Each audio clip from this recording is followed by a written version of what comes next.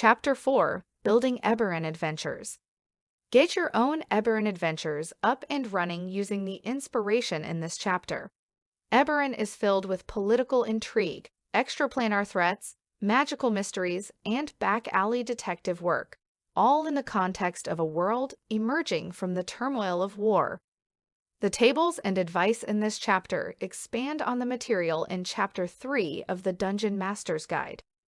Think of this chapter as an extensive library of ideas, villainous schemes, interesting locations, adventure hooks, encounters, and more, to help you flesh out an adventure you create for your Eberron campaign. This chapter begins with a look at 3 key themes that pervade many Eberron adventures: recurring villains, action, and intrigue.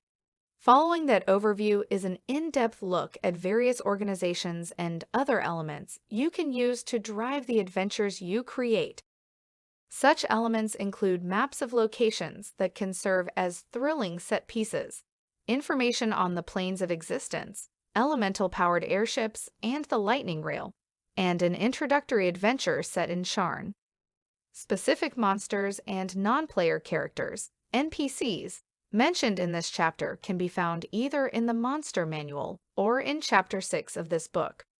When a creature's name appears in bold type, that's a visual cue pointing you to the creature's stat block in the Monster Manual or in Chapter 6.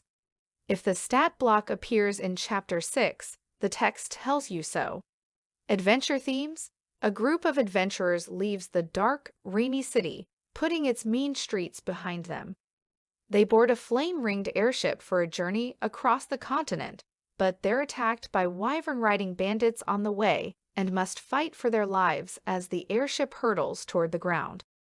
After surviving the crash through a combination of quick thinking and heroic effort, they find themselves stranded in the gray mists of the Mournland, facing the dangers of a war-ravaged land as they try to find their way back to their original destination. The greatest horrors they are about to face might be the ones that lurk in the depths of their own hearts. As discussed in the introduction to this book, pulp adventure and noir intrigue are 2 major themes that interlace in Eberron. Weaving these themes together, or exploring either one in isolation, can give Eberron stories a unique feel. Adventures that take advantage of those themes help to reinforce a sense of place, immersing the players and you in a world that is still reeling from the effects of 100 years of war, that is shaped by modern ideas and aesthetics, and that is set apart from the rest of the D&D multiverse by a magical barrier. This section is an introduction to those themes, designed to help you tell stories that fit well in Eberron. It explores techniques for making compelling recurring villains, and for keeping the action moving over the course of an adventure. It discusses how to use the last war as a theme and a setting for adventures, and details the Mournland as an adventure location. It goes on to describe adventures and encounters that can occur in transit, on airships, on lightning rails, and at resting spots along the way. Finally, this section discusses the role that creatures typically defined as monsters play in Khorvaire and explores Eberron's cosmology. Recurring villains. The most effective villains are the ones that return over and over to plague their heroic nemeses. When the heroes foil the schemes of an evil mastermind, the clever villain escapes to fight another day. A well-developed recurring villain can put a face to the sinister conspiracies that lurk in the darkness, and thus strengthen the player's sense of immersion in the world. You can make a recurring villain in your campaign more intriguing by introducing moral ambiguity into the villain's background, possibly through references to the individual's experiences during the last war. How to keep villains alive. The first task in crafting a good recurring villain is ensuring that the villain survives a first encounter with the adventurers in order to come back and plague them again. What follows are some tactics to make sure that even the most resourceful characters can't dispose of your villain at the first possible opportunity. Have lackeys do the work. A villain can easily postpone that first face-to-face confrontation with the adventurers by having lackeys soften the party up, all the while making sure that the adventurers know whom they work for. thus enhancing the villain's reputation. Use all available resources. A smart villain, especially one with access to magic, can put a lot of obstacles in the way of an adventuring party. Mechanical and magical traps, wards against divination, and protective magic items are just a few of the security measures available to a resourceful villain. Keep in mind that reports from surviving lackeys and news about the adventurers from other sources can give the villain enough information about the party's capabilities to prepare appropriate countermeasures. Have an escape plan. Secret passages, spells of invisibility or teleportation, flying mounts, and throngs of minions can help a villain escape when a confrontation with the adventurers goes badly. Any villain likely has at least one fallback plan. Take hostages.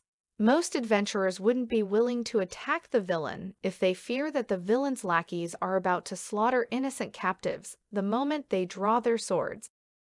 Returning from death.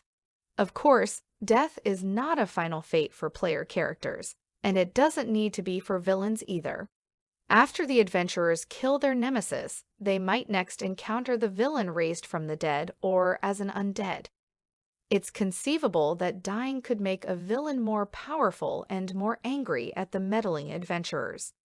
Alternatively, the characters might assume a villain is dead after falling over a waterfall, being trapped in a burning building, or getting swallowed by a purple worm, only to discover later that the villain survived and is hungry for revenge. Improving villains. Adventurers get more powerful over time, so if a villain is going to remain a relevant threat, the villain needs to get more powerful as well. There are 3 ways you can approach this issue. Mechanical improvement. Use the guidelines in Chapter 9 of the Dungeon Master's Guide to add class levels or hit dice to the villain and improve its challenge rating to make it relevant to the higher level characters. NPC stat blocks. Some of the stat blocks in the monster manual can reflect the same character at different stages of advancement. For example, the adventurers might confront a villain who uses the stat block of a mage, 9th level wizard, and then returns later as an archmage, 18th level wizard. You could also use stat blocks in other sources to add to the sequence, so the characters could even meet this aspiring villain as an apprentice wizard and later as an evoker, both in Volo's Guide to Monsters. Organizations as villains. Rather than use an individual as a recurring villain, you could think in terms of the organization the villain belongs to or represents. For example, low-level adventurers might fight low-level agents of the Order of the Emerald Claw and grow to loathe the sight of their claw-shaped symbol and green cloaks. As they attain higher levels, the characters will face increasingly more powerful members of the Order. Sample, Rite of Passage. Back from the dead. It was too good to be true. A year ago, the nefarious Eberron was presumed dead when she fell from an airship into the middle of Lake Galifar. Her scheme to bring the towers of Arcanix to the ground likewise seemed ended. But yesterday, according to eyewitness reports, Eberron was seen in the common room of passage Own King Starion, talking with 2 other unsavory-looking characters who could not be identified. Shades of evil. Moral ambiguity is a feature of the noir genre that can add richness and complexity to an Eberron adventure. In a world where a red dragon isn't necessarily evil and a bronze one isn't necessarily good, it's impossible to know who you can trust, and even the actions of a so-called villain might not fit neatly into clear-cut definitions of good and evil. Even adventure villains are more often driven by human motives than by cosmic concepts of good and evil. People sometimes do evil things for good reasons. Exercise some caution when exploring these noir themes in the stories you develop. It can be fun for some people to wrestle with moral quandaries in adventures, but it doesn't work for all play groups. In particular, if there's no good solution to the quandary, if the characters have no choice but to follow a course of action they abhor, some players might end up unhappy. The morally ambiguous villains table offers some twists you can add to the villains in this chapter, giving them more or less good reasons to perform their evil deeds. Morally ambiguous villains table. Roll a d4 to determine villain. 1. The villain is targeting people with aberrant dragon marks in the desperate hope of preventing another war of the mark. 2. The villain is suffering under a terrible curse, and their increasingly serious crimes are an effort to fight off the curse. 3. The villain is rising to power through entirely legal means, winning popular support, through generous campaign promises, and working within the system. 4. The villain's schemes are directed at preventing the release of a demonic overlord. The villain you know. Not every villain is a mastermind who schemes in the shadows or a world-destroying horror. Sometimes the most significant villain is someone the characters see every day, someone who moves around society in plain sight but keeps their evil deeds well hidden. The law enforcers and adventurers who are trying to bring the villain to justice are thwarted at every turn, unable to find proof of the villain's crimes. If the players come to loathe the villain, everything is going according to plan. Use the villain you know table to add some depth and detail to the actions and motivations of a villain who plagues the characters on a regular basis. Villain you know table. Roll a d6 to determine villain. 1. A con artist takes advantage of people who fall for their scams, but leaves behind no proof of any crime. 2. A cowardly politician fleeces the poor of their last few coins without technically doing anything wrong. 3. A righteous zealot is continually poking into the character's business, judging their actions and methods while doing even worse things in the shadows. 4. A powerful figure in a Dragonmarked house is using the house's resources for criminal deeds, but there's no trail of evidence leading back to the villain. 5. A crime lord has the local authorities on the payroll, so no official action will ever be taken to stop their criminal activities. 6. A villainous mastermind cooperates with local law enforcement to track down and eliminate rival villains, without ever giving the authorities a peek into their own evil deeds. The mysterious villain. In contrast to a villain who is a part of the character's everyday life, an otherworldly villain isn't only anonymous, but also fundamentally mysterious. It's not just a question of who the villain is, but also of what the villain is, and what extraordinary measures might be required to put a stop to their villainy. Even after the adventurers discover that their long-term nemesis is one of the inspired, for example, they still need to learn the secrets of the inspired and their quarry masters in order to figure out how to deal with this threat. Sometimes the mystery is enough to make such a villain compelling, with curiosity driving the adventurers to delve ever deeper into their foe's secrets. When the time is right, you can turn a mysterious villain into an unnervingly familiar villain, as a quarry spirit takes delight in speaking through the mouths of multiple different inspired hosts, taunting the adventurers for their inability to reach the spirit itself. Then resentment combines with curiosity to drive the adventurers to further exploration. When characters dig deeply into the mysteries of the world, your campaign benefits as they become more immersed in and attached to the setting. Ultimate evil. Some mysterious villains wield enough power to threaten the entire world through colossal strength, mastery of magic, dizzying intellect, or overwhelming charisma, or often some combination of these factors. These villains typically lurk in the shadows, pulling the strings of minions and partners, while rarely making an appearance themselves. These villains are especially hard to get rid of, even if they are banished or imprisoned. Their magic and their network of servants ensure that their reach extends far beyond their physical presence. Driving forces. Most villains in this category are numbered among the driving forces described later in this chapter. You can use the villain you don't understand table to choose one of these forces, then consult the adventure seeds and villain ideas in the appropriate section. Villain you don't understand table. Roll a d6 to determine driving force. 1. The Chamber. 2. The Cults of the Dragon Below. 3. The Daughters of Sorakel. 4. The Dreaming Dark. 5. The Lords of Dust. 6. The Order of the Emerald Claw. Action. Adventures in the pulp tradition tend to start with a bang and proceed at a breakneck pace, reaching a climax in pulse-pounding encounters aboard high-speed vehicles and grand melees in dramatic locations. Action doesn't have to mean combat, but ensuring that the world is in constant motion around the player characters is a good way to keep their interest high. Kicking off the action.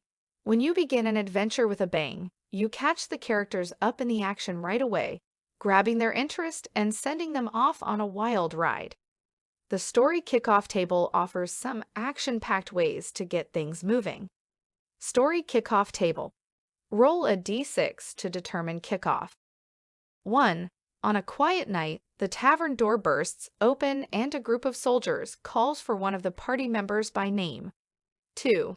An explosion rocks a market, sending things flying. 3. A vehicle crashes near the party. People are hurt and need help, and whatever caused the crash is still around somewhere. 4. Two groups of people start fighting each other, blood is drawn, and bystanders are getting hurt. 5. Chanting words of the draconic prophecy, a dragon appears and starts causing mayhem. 6. A tavern patron suddenly leaps up and attacks one of the adventurers, scratching and biting in blind fury. Keeping the action going. When in doubt, have a man come through a door with a gun in his hand. Author Raymond Chandler offered this advice to writers of hard-boiled fiction, but the advice applies just as well to an action-driven adventure. Whenever the pace of the story lags, a new injection of excitement keeps things moving. A new arrival on the scene might be an integral part of the plot or an independent event. The new development table presents some ideas. New development table. Roll a d8 to determine development. 1. One or more minions of the adventure's primary villain arrive to put a stop to the party's meddling. 2. Someone else with the same goal as the party shows up to get them out of the way. 3. Someone is out for revenge against the party for a past wrong, perhaps something that happened in a previous adventure. 4. Someone has a violent argument with an NPC in the same room as the adventurers. 5. Someone wants a special item carried by one of the characters. 6. A jealous person thinks one of the adventurers is meddling with the person's romantic partner. 7. A person in love with the villain tries to stop the party from interfering with the villain's business. 8. A monster bursts in looking for food. Intrigue stories in the noir tradition tend to start slowly and build gradually as the mystery gets deeper and more convoluted, until the situation erupts in a climactic confrontation. In contrast to the pulse-pounding action of a pulp adventure, noir typically relies on intrigue, in every sense of the word, to keep the protagonists engaged as they move deeper into the story. Setting the stage. Putting a mystery in front of the characters at the very start of the adventure sets the tone for what's ahead and draws them into the story. The story opening table offers some ways to draw the characters into the mystery. Story opening table. Roll a d6 to determine event. 1. The party receives a detailed reading from a street fortune teller that lays out the start of the adventure. 2. A courier escorts the party to an elemental airship where a wealthy patron outlines their mission. 3. At an extravagant costume ball, a masked guest asks for the party's help. 4. In a seedy section of town, the disguised heir of a Dragonmarked house approaches the characters with an offer. 5. A homunculus delivers an anonymous letter that contains an offer of employment, but no clue to the author's identity. 6. A professor from Moorgrave University reaches out to one of the party members, a former student, to ask an important favor. The plot thickens. A key point in most intrigue adventures is a significant plot twist. As you plan the trail of clues, events, and interactions, consider a point where you can shake things up with a twist like the ones shown on the Plot Thickens table. The Plot Thickens table. Roll a d8 to determine plot twist. 1. The apparent victim in the situation is actually the villain. 2. A supposedly valuable object is actually worthless or vice versa. 3. A valuable object doesn't belong to the person who claims to own it. 4. What's actually precious is not a work of art, but a map or other information hidden on it, inside a statue, behind a painting in the frame, and so on. 5. Someone is in love with one of the party members or with the villain. 6.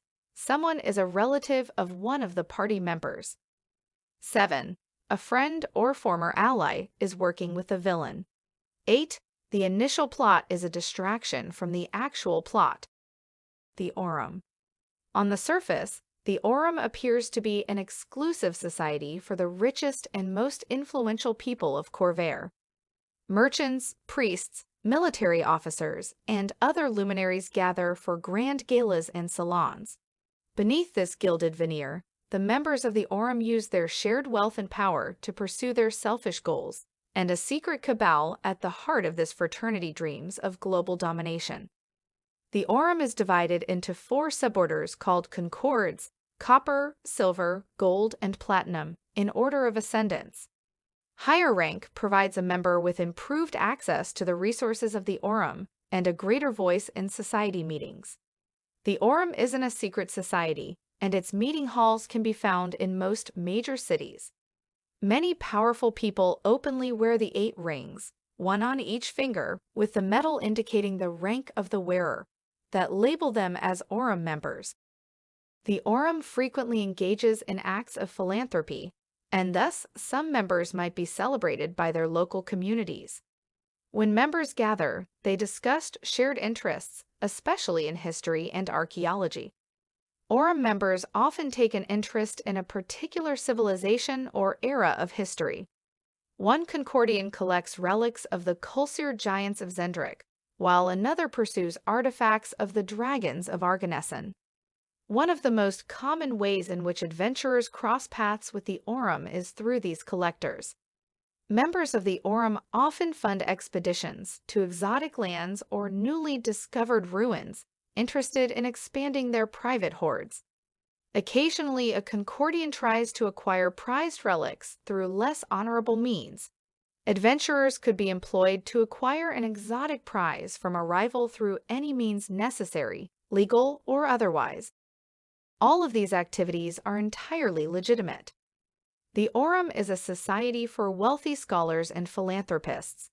But there is a secret order that ranks higher than the Platinum Concord, an inner circle known as the Shadow Cabinet. The members of this cabal are nobles but not kings. They are powerful industrialists, but not dragonmarked barons. They are determined to become the true rulers of Khorvaire, whether by binding the current barons and monarchs to their will or by tearing down the current systems and creating something new. In stories driven by action, the Aurum can fund expeditions to exotic lands and use magical doomsday devices to hold cities for ransom.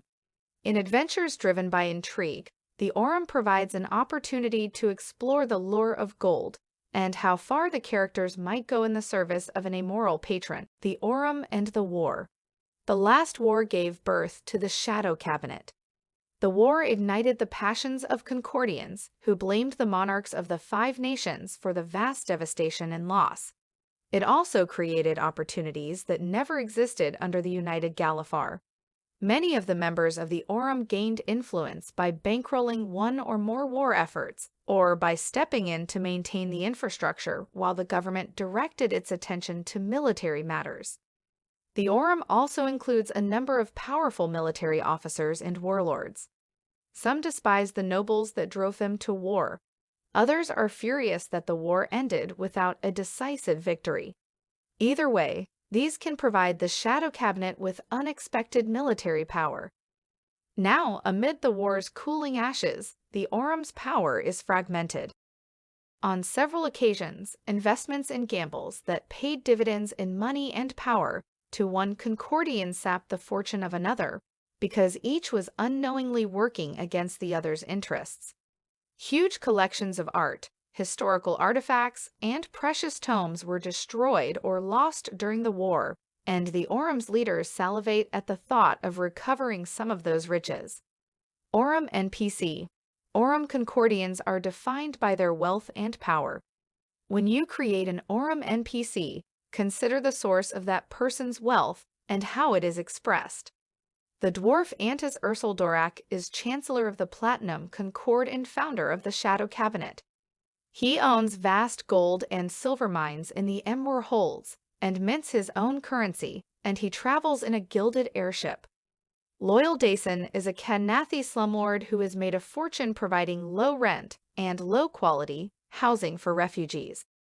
He lost his hand in an industrial accident and had it replaced with a golden prosthetic. Members of the Aurum become villains if their quest for greater influence, personal power, and wealth victimizes the innocent. Whether villains or allies, all Concordians wield significant political influence. They have access to minions and resources in the higher levels of society. They prefer to pursue schemes of coercion and conspiracy, putting their money and influence to work, than resort to blatant violence in any form. Aurum NPC Table. Roll a d4 to determine NPC. 1. An aging dwarf, a retired general and an Aurum Concordian, collects unusual constructs, hoping to find a way to transfer his mind into a superior body. 2. An Aurum Concordian is renowned for having the finest arcane library in Corvair. Adventurers might help them collect more tome, but when a number of prominent wizards are murdered and their research goes missing, is the Concordian to blame? 3. A member of the Gold Concord is on the run from the Aurum after learning a terrible secret. 4. An imprisoned Concordian mobilizes a network of contacts and well-placed Aurum members in order to secure their own release. Aurum Campaign Themes. It's easy to introduce the Aurum to the characters early in a campaign. Its members are public figures, sometimes eccentric but not necessarily evil. A Concordian could hire the adventurers to solve a mystery or to acquire a harmless curio. A Concordian could be tied to the party's group patron, see Chapter 1, the owner of the newspaper, a major donor to the university, or the power behind a criminal syndicate. Alternatively, an Aurum Concordian can be a behind-the-scenes villain. Low-level adventurers could clash with the Concordians' hired goons as they pursue the same treasure, or the adventurers could be trying to solve a mystery the thugs are covering up. As the campaign progresses, the characters might face higher-ranking members of the Aurum, or recurring mercenaries who are increasing in power and status at the same rate they are. Whether they interact with the Aurum as ally or enemy, at some point the adventurers might well realize that the Concordians aren't just greedy plutocrats, but participants in an international conspiracy. The Aurum's arc in the campaign might climax with the characters learning of the Shadow Cabinet and thwarting one of its grand schemes. Aurum Missions.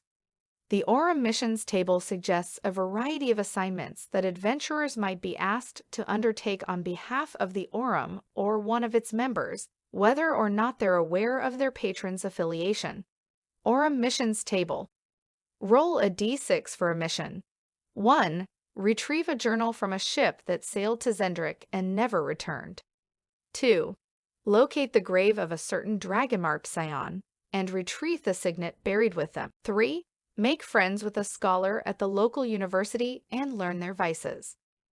4. Recover a trove of art, artifacts, or recorded knowledge that was thought lost in a battle during the last war. 5.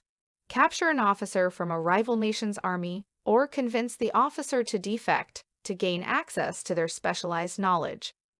6. Sabotage the negotiations between a Dragonmarked house and the local government on a plan that will undermine the Aurum status. Cults of the Dragon Below.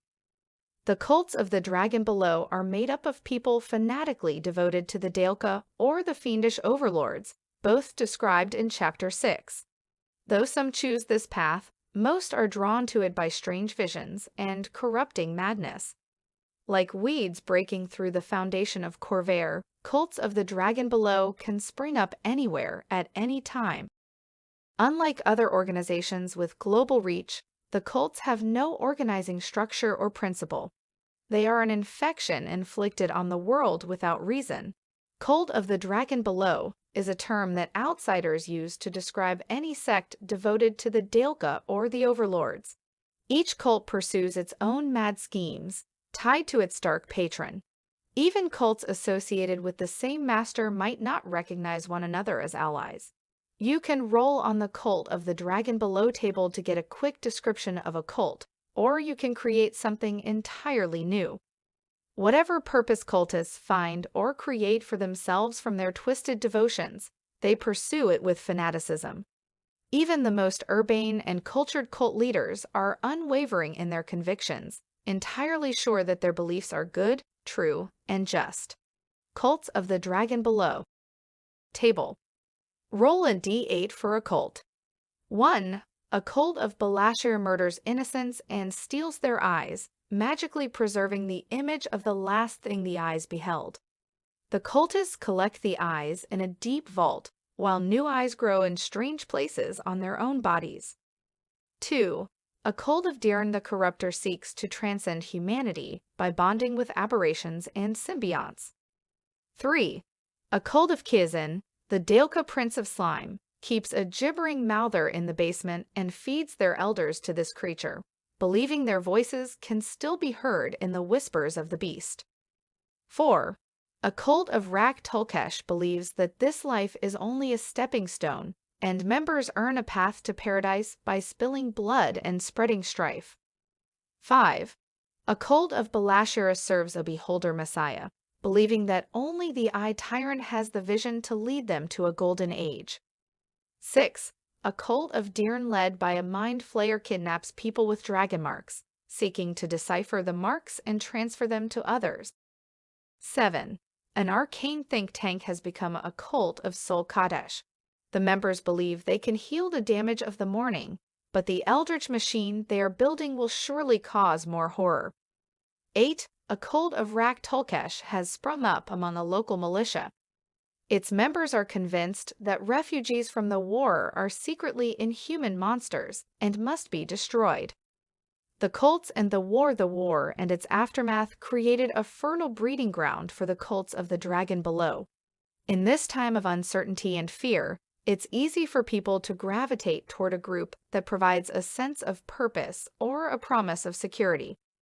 This mindset is intensified by the spread of refugees in the wake of the morning, and by the lingering animosity that continues to divide people. In the Emror Holds, the conflict with Dhakaan the Corruptor has begun to leave its mark, with new cults appearing throughout the nation. In general, the chaos of the war has left behind ample areas of shadow in which new cults can form and thrive. Cults of the Dragon Below NPC. Some cults of the Dragon Below are bizarre yet harmless, but most of them are dangerous and destructive forces that prey on innocents and vulnerable people. Some cultists are aware of the true nature of the beings they serve, but many are delusional. Cultists might perceive their mind flayer master as a wise and gentle priest. Cult NPC Table. Roll a d8 to determine NPC. 1. A monstrous aberration, such as a beholder, a mind flayer, or a gibbering mouther, lairs beneath a popular inn, from where it twists the thoughts and dreams of those sleeping above. 2. The headmaster of an exclusive magic academy is actually a cult leader who is indoctrinating the students into a cult of Sol Kadesh. 3.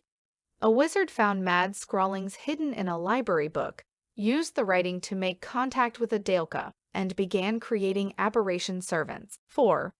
A mind flayer serving Dhakaan dominates a magistrate and takes control of the city watch using intellect devourers.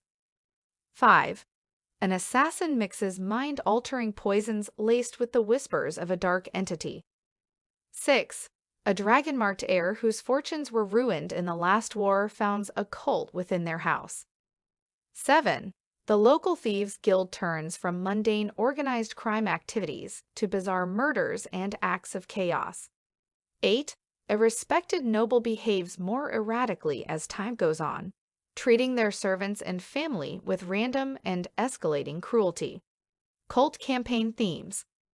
Cults of the Dragon below make versatile villains in a campaign. They can be introduced as a threat early on, in the form of low-level cultists and small, disorganized cells. As the campaign moves through the tiers of play, stronger aberrations and fiends become viable antagonists, as well as more powerful cult leaders who serve the Dhakaan, the Lords of Dust, or other dark entities. The cults can also serve different styles of play. One would be perfect for a slowly unfolding investigation that starts out seemingly mundane, but slowly delves deeper into otherworldly influences and dark magic. Allies become suspect, and perhaps even erstwhile enemies become necessary bedfellows. Alternatively, a cult can burst explosively onto the scene with a spray of gore and a horde of shrieking Dalgots. Such an incident leaves no doubt about the cultists' evil nature, making them the obvious villains of the story. Cult adventures. The Cult Adventure Hooks table offers suggestions for story opportunities involving the cults. Cult Adventure Hooks table. Roll a d8 to determine adventure hook. 1. Children throughout town begin reciting the same nursery rhyme, adding increasingly disturbing descriptions as the verses progress. No one knows where they learned the rhyme. 2. Shadows around the old asylum take on a deep, inky cast, and things move just outside the light. Then the whispered laughs begin. 3. A seemingly healthy noble dies of heart failure brought on by extreme terror, but with no clear source. The noble recently had an exquisite portrait painted. Every other person portrayed by the same artist has also died in a similar fashion. 4. In a remote village, the local herbalist is condemned for practicing dark magic against the villagers. They swear their innocence to the characters and beg to be exonerated before their scheduled execution. 5. Magic items begin exhibiting strange side effects, causing minor warping of their user's flesh or fraying their user's sanity. 6. Strange bounty hunters stalk the characters, seemingly aware of all their secrets and loved ones. Odd lumps writhe beneath the hunters' cloaks. 7. A crazed hermit wanders into town and commits suicide in a grisly fashion. All the food in the village spoils instantly, and aberrant creatures attack every midnight thereafter. 8. Several caravans have gone missing over the course of months. The authorities hire mercenary help after an aberration attacks while wearing the signet ring of a missing caravan master. Dragonmarked Houses. No other group exerts as much influence over the 5 nations as the combined membership of the Dragonmarked Houses. Each Dragonmarked House is part noble family and part business cartel, involved in businesses ranging from hospitality to espionage for hire. The reach of the houses is so extensive that they have interests in every facet of life in the civilized lands of Corvair and beyond. Those interests often bring them into conflict with local rulers and national governments. Unified Galifar had the strength and influence to impose its will on the collected Dragonmarked houses, but in the wake of the war it remains to be seen if any single nation has the resources to challenge them. Although most houses have distinct spheres of interest, their concerns overlap just enough to cause friction. House Orion's control of transportation and shipping is threatened by the growing reach of House Lyrander's airships. House Therashk's arrangement with Droaam threatens House Denny's monopoly on providing mercenary services. House Canneth lost its leadership in the morning, and rival barons are fighting for control of the house. An organization called the 12 seeks to mediate disputes and encourage cooperation between the houses. Adventurers could be caught up in the rivalries and schemes of the houses, or they could work with the 12 in an effort to resolve these feuds. The houses in the war. The Dragonmarked houses generally thrived during the last war. Each house's unique talents were easily adapted to the war effort. Ostensibly neutral in the conflict, the houses made huge profits by selling services and material to every nation involved in the war. For all the houses, ultimately, the war years were a time of vigorous growth and increased influence. In some ways, though, the Dragonmarked houses did feel the brunt of the conflict. House Cannith, for instance, suffered great setbacks near the end of the war. Many of its foundries and factories were destroyed, and the Treaty of Thronehold forced the house to dismantle the creation forges that produced the Warforged. Worst of all for the house, the destruction of Sire left Cannith without a clear leader, resulting in the house being fragmented into 3 semi-independent branches. In another major development, House Tyranny broke away from House Fireland during the war, in part because of the conflicts of interest that arose within an espionage organization that was being called on to serve multiple sides in a complex conflict. Arcane Workshop Map 4.1 depicts an arcane workshop, of a sort commonly constructed by the fabricators of House Cannith. These facilities are well stocked with raw materials, artisans' tools, and magical reagents. Most of them have small libraries containing works related to the workshop's signature creations. Arcane Workshop Features. Arcane workshops have many features in common, from workbenches and tools to diagrams etched into the floors and walls. Although most workshops are controlled by House Cannith, that house is not the only group of artificers who build and operate such locations.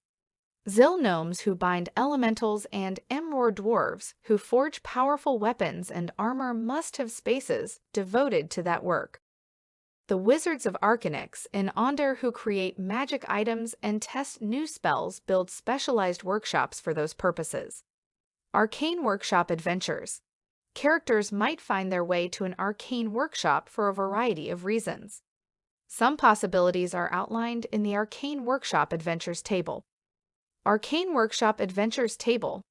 Roll a d12 to determine adventure goal. 1. Steal a pattern for creating a magic item before the workshop's artificers finish making the item. 2. Petition the ranking artificer for access to the workshop's specialized library. 3. Use the workshop to create a crucial magic item. 4. Locate a stolen construct that has been modified for use as a servant in the workshop. 5. Storm the workshop before the artificers complete a doomsday weapon. 6. Investigate the workshop for signs of the illegal creation of Warforged. 7.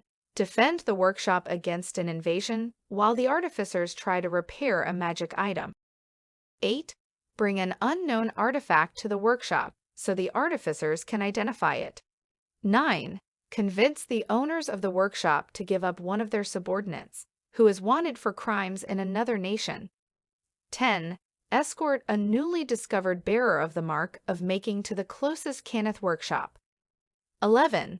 Seek assistance from the workshop's masters to determine why a young artificer's magic is producing unpredictable, often dangerous results. 12. Request assistance from the artificers in recovering crucial memories from a destroyed construct or warforged. Dragonmarked NPC. The reach and influence of the Dragonmarked houses means that they can play many roles in a campaign. Dragonmarked heirs can be valuable patrons. Dragonmarked villains usually covet magical knowledge, wealth, or influence, and their methods are appropriate to the marks they bear. Dragonmarked agents can range from lowly spies bearing the mark of shadow hidden within a circus troupe, to a Dragonmarked warlord of House Denith who has decided to establish their own fiefdom. Examples of NPC from Dragonmarked houses appear in the Dragonmarked NPC table. Dragonmarked NPC table. Roll a d12 to determine NPC. 1. A renegade from House Cannith arms a group of bandits with fearsome elemental-bound weapons to prey on caravans, as well as facilities belonging to other houses. 2. A gang from the League of the Bitter Blade in House Denith squeezes tribute from local towns in exchange for protection. 3. An heir of House Galanda poisons members of other Dragonmarked houses who stay in non-Galanda inns, discrediting rival businesses while attacking the houses. 4. During a plague, a House Jurassico healer chooses which victims to cure and which to let die, and worse, which ones live to spread the plague to the house's enemies. 5. A House Kundarak thief from the Warding Guild breaks into non-Kundarak vaults and banks to discredit them. 6. A House Lyrander airship captain uses the vessel to terrorize the countryside. 7. A rogue heir of House Madani starts selling secrets, effectively establishing a new espionage guild within the house. 8. A disgraced caravan leader turns to banditry, hoping to win back House Orion's favor by disrupting non-Orion trade along the busy route. 9. Two elf assassins, one from House Firelin and the other from House Thirani, are each working to discredit or slay the other while spying on local nobility. 10. An heir of House Siddha starts blackmailing people based on the content of intercepted messages. 11. A bounty hunter of House Therash hunts one of the characters or an associate of theirs. 12. A rogue heir of House Vidalis is breeding monstrous animals and setting them loose in the countryside. Dragonmarked House Campaign Themes. The Dragonmarked Houses provide an opportunity for your campaign to explore the role of magic in society and the power of industry in the post-war world. If the adventurers are allied with a Dragonmarked house, you can concentrate on the house's positive aspects and its work in moving Corvair beyond the feudalism of Galifar. At the same time, the houses also represent a way to explore the consequences of corporate greed and unrestrained expansion. This self-interest can be a defining feature of some or all of the houses, or you can focus on factions within certain houses, with idealistic leaders seeking to direct the house along a more responsible path while barons are driven by greed alone. As a prominent part of society, the Dragonmarked houses strive to maintain the appearance of respectability and propriety. Thus, even when a house is utterly corrupted, any agents who are caught in their evil deeds are quickly and convincingly disavowed, preserving the house's image and reputation. If the plays a significant, recurring role as a villain in your campaign, the character's eventual task will be to prove that these so-called rogue agents have actually been taking orders from the top of the house's leadership. Dragonmarked House Adventure Hooks. The Dragonmarked House Adventure Hooks table presents a few ways to pull characters into tales concerning the houses. Dragonmarked House Adventure Hooks table. Roll a d12 to determine adventure hook. 1. A House Cannith Artificer hires adventurers to steal secrets from a forge associated with a rival branch of the house. 2. House Denith is recruiting adventurers to oppose a sudden rise in bandit or monster activity in a nearby forest. 3. A hostel run by House Galanda has gained a reputation for being haunted, and the disturbances are growing more dangerous. 4. People healed at a local Jarasco enclave suddenly manifest strange abilities they never could before, and soon thereafter, a strange curse as well.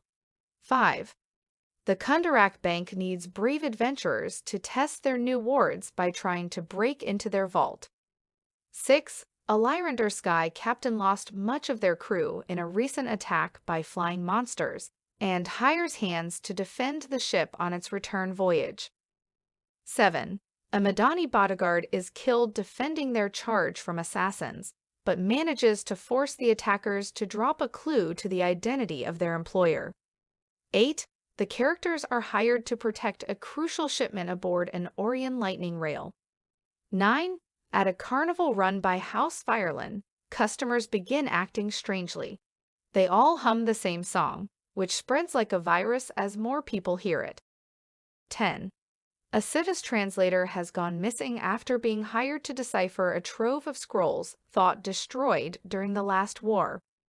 11. A House Therask mine collapses, and time is running out for the trapped miners. 12.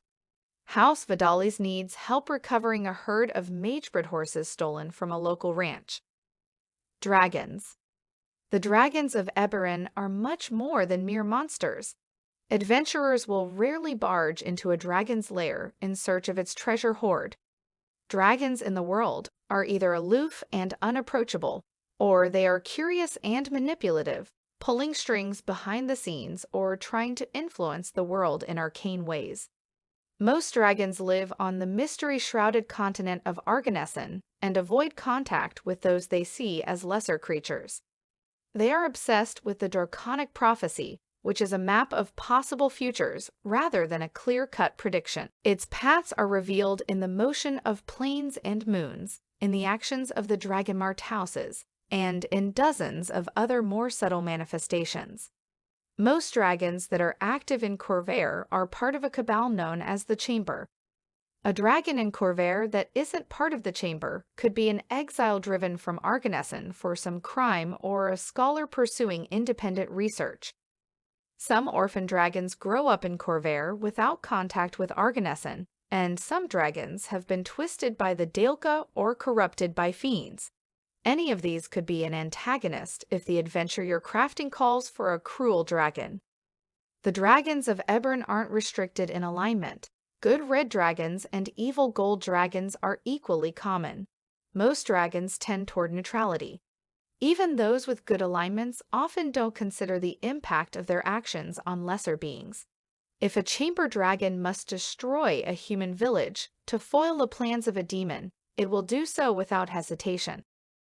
The chamber conspiracy theorists insist that a network of dragons is hidden in Corvair, and these mighty creatures use powerful magic and humanoid agents to work their will across the continent and beyond. These claims are usually dismissed as madness, but they are in fact correct. The Chamber is a cabal of dragons that have monitored Corvair for thousands of years, treating humanoids as pawns in an ancient game. First and foremost, the dragons of the Chamber are observers, gathering information about new aspects of the prophecy and sharing it with their elders in Argonesson. They are also charged with stopping any creature that seeks to use the prophecy for its own ends. This responsibility sets them against the Lords of Dust, who must manipulate the prophecy in order to release their fiendish overlords. It also leads them to recruit or eliminate any humanoid who learns too much about the prophecy. The Chamber is loosely organized. Each dragon monitors its own small corner of the world and maintains a network of humanoid agents. Although the mission of the Chamber is one of observation, individual dragons often have their own agendas. Some seek to manipulate the prophecy personally, directing the future along a particular path. Others conduct experiments on dragon-marked humanoids, trying to understand the connection between these creatures and the prophecy. Still others are obsessed with the Lords of Dust engage in century-spanning games of cat and mouse with their fiendish counterparts. In general, the Chamber seeks to maintain the status quo and opposes demons, so agents of the Chamber can often be useful allies or patrons. But ultimately humanoids are just pawns in the dragon's eyes, and they readily sacrifice any of those pawns to ensure the sanctity of the prophecy and the defeat of the Lords of Dust. The Chamber and the War. The lives of humanoids and the welfare of their nations mean little to the ancient dragons. A member of the Chamber who is friendly now might turn out to be little more than a war criminal, responsible for horrible atrocities while directing critical events of the war to ensure that a skirmish or an untimely assassination didn't derail some crucial stanza of the prophecy. An even more disturbing prospect is that the mourning might have been orchestrated by the Chamber, either as part of its struggle against the Lords of Dust or even directly in response to the dictates of the prophecy. Whatever the truth, the last war's impact on the Chamber was small in the grand scheme of things. Planar observatories were damaged here and there, humanoid servants died in droves, and the clash of armies derailed short-term plans. But even the effects of 100 years of war are minor in the context of plans that span continents and millennia. Planar observatory. A planar observatory is a structure at the heart of the Chamber's efforts to divine the meaning of the Draconic prophecy. The observatory consists of great chambers of crystal and metal, lined with huge orreries that track and align with the planes and the ring of Cyberes. Planar observatory features. Map 4.2 shows what a planar observatory might look like. These immense locations are constructed by and for dragons. The orreries that surround the central space track the courses of the planes as they shift toward and away from Eberron. All about the observatory are enormous dragon sherds of all three kinds: Eberron, Kyber, and Cyberes. Each observatory must be built in a location that is balanced between Cyberes and Kyber. Finding such a site might take years of careful study and surveying, and these places are typically remote. Several are located in Argonesson. Those in Corvair are usually found in mountain ranges and hidden forest clearings. Many have crystal roofs or domes that open with the aid of great mechanisms to allow an unobstructed view of the night sky, since the movements of Eberron's moons are thought to correspond to the shifting relationships among the planes. Planar observatory adventures. The characters might find their way to a planar observatory as unwitting minions of a chamber observer, as a destination in their struggles against servants of the Lords of Dust, or even accidentally. The Planar Observatory Adventures table presents some possibilities. Planar Observatory Adventures table. Roll a d8 to determine adventure goal. 1. A disguised dragon requests assistance repairing a damaged orrery within the observatory. 2. One of the character's contacts is secretly the servant of a chamber dragon observer. When the contact goes missing, their notes point toward a hidden library in the mountains. 3. The planar observatory might offer a way to prevent or at least predict what seems to be an epidemic of destructive manifest zones. 4. An observatory has been taken over by demonic cultists, and the characters must reclaim the facility or destroy it before the cult makes use of it. 5. A Dragonmarked character has recurring nightmares that lead them to the observatory. 6. A thief or assassin has been using a derelict observatory as a hideout, occasionally selling bits of the observatory's dragon sherds and equipment. 7. A scholar hires the characters to assist with studying and restoring a rediscovered observatory. 8. Several observatories across the region will produce a powerful effect if each is brought into a specific, simultaneous alignment. Chamber NPC. The dragons of the chamber typically use magic to disguise their true nature and move unseen among humanoids. Although their goals of acquiring knowledge and opposing the Lords of Dust can make the dragons suitable as allies, their devotion to their long-term interests can blind them to the short-term impact of their actions. Chamber NPC table. Roll a d6 to determine NPC. 1. A wizard agent of the chamber seeks to eliminate all the people they worked with in the past to cover their tracks and preserve the chamber's secrecy. 2. The prophecy requires the eventual destruction of a humanoid city. A disguised silver dragon, cunning and subtle, works to destabilize the city and bring about its ruin. 3. A local librarian is a disguised gold dragon in the service of the chamber, who provides useful leads to send the characters down paths vital to the prophecy. 4. A dragon becomes convinced that the Dragonmarked Houses are corrupting the prophecy. It might specifically target Dragonmarked heirs, or start a popular movement that seeks to destroy the houses. 5. A royal advisor or prominent noble, secretly a servant of the chamber, guides the leader in a direction vital to the prophecy but disastrous to the region. 6. A disguised dragon is convinced that an adventurer has a critical role to play in the prophecy, but an agent of the Lords of Dust is determined to drive them down a different path. Chamber campaign themes. In a campaign featuring the chamber, the adventurers might initially carry out simple tasks on behalf of a disguised dragon or secret chamber agent, not necessarily doing anything shady or villainous, but maneuvering pieces into position so they can play their designated parts. As the campaign unfolds, the dragons of the chamber might reveal that the adventurers have their own part to play. In particular, perhaps any member of the party who bears a dragon mark. The chamber begins interfering in the characters' activities, for good and for ill, and the Lords of Dust might also get involved. Unfortunately for the adventurers, the dragons are not necessarily any more concerned for their well-being than the Lords of Dust are, and the characters might have to consort or cooperate with demons in order to escape the clutches of the dragons.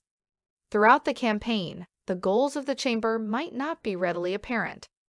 Locations such as the planar observatory described here might be able to give the adventurers some insight into the substance of the prophecy they have become tangled up in, and seers and sages might be able to offer further insight into the different ways that the demons and the dragons could be interpreting those words.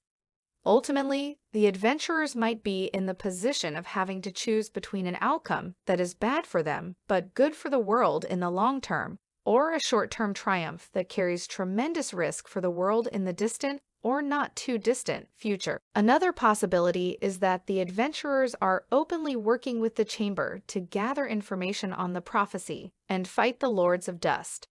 In this case, the chamber could act as a group patron. See the Immortal Being section of Chapter 1. Chamber Missions. The Chamber Missions table suggests several ways that adventurers might, knowingly or unknowingly, be asked to advance the chamber's agenda, while the Chamber Adventures table offers a few more ways in which the activities of the chamber could lead to an adventure. Chamber Missions table. Roll a d6 to determine mission. 1. Gather pristine dragon shards to expand or repair an observatory. 2. Seek out a group of people who must be eliminated in order to bring about the fulfillment of a stanza of prophecy. 3. Discover who killed another minion of the character's dragon patron. 4. Defend a chamber safe house against a rival draconic attack. 5. Steal a local sage research to prevent them from discovering the chamber's activities. 6. Recreate an ancient ritual that will bring a new piece of the prophecy to light. The Dreaming Dark. In the spaces between sleeping and waking, nightmares wait with grasping claws.